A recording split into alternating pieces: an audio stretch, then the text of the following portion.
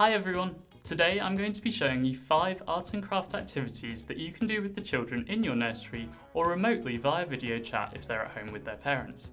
We've picked these 5 activities because they're fairly simple to do, but also give the children a nice piece of artwork that they can keep, and it's also a bit of fun. Let's get straight into it. First up, Crayon Leaf Rubbings. For this activity, what you'll need is a variety of different coloured crayons, some leaves in different shapes and sizes, as well as an A4 sheet of paper. To get started with this one, what you need to do is get the children to go out into the garden or the playground and find some different leaves that they can then use in their picture. Then they need to place them securely under their sheet of paper and choose their different coloured crayons that they'd like to use. Once they've done this, they then gently need to start shading over the leaves, which will then reveal the leaves' patterns on the page. Carefully using the different coloured crayons will help with the children's fine motor skills and will also give them a nice autumnal piece of art that they can put up on their wall. Next up, silly sieve hats. For this one, what you'll need is some different coloured straws or pipe cleaners depending on what you've got available, as well as a sieve, one for each child. Before you get started with this one, make sure to explain to the children how they can see lots of little holes in the sieve and how straws or pipe cleaners can fit through to make a decoration, as well as also how it can double as a hat, like this. Once all the children have tried on their sieve hats, it's then time to start decorating them. They do this by just gently threading the straws or pipe cleaners through the sieve until there's lots of different coverage across the hat, with lots of different colours sticking out from it. Once the children are all done with this one, they'll have a funny new costume that they can try out, as well as a unique way of expressing themselves. Next up, DIY pasta necklaces. For this one, what you'll need is some pasta, some string, and a pair of scissors.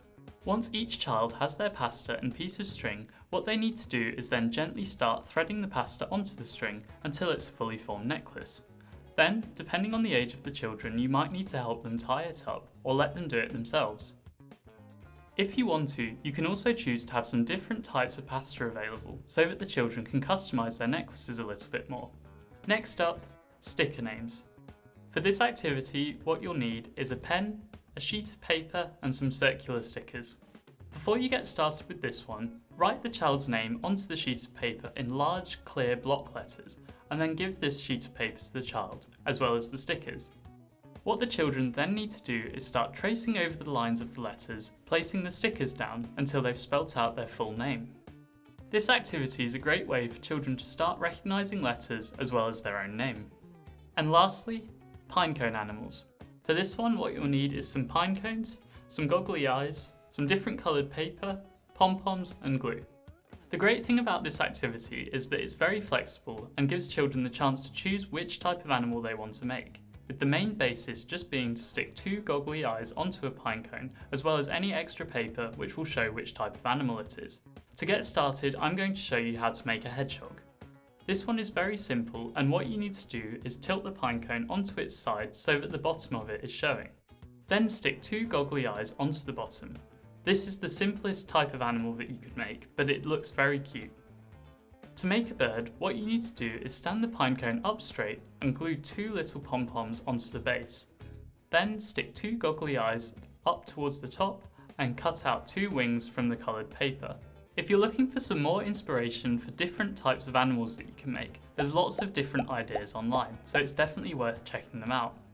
Well, that wraps up everything for today. I hope you've enjoyed this video and have got some new ideas for activities. See you next time.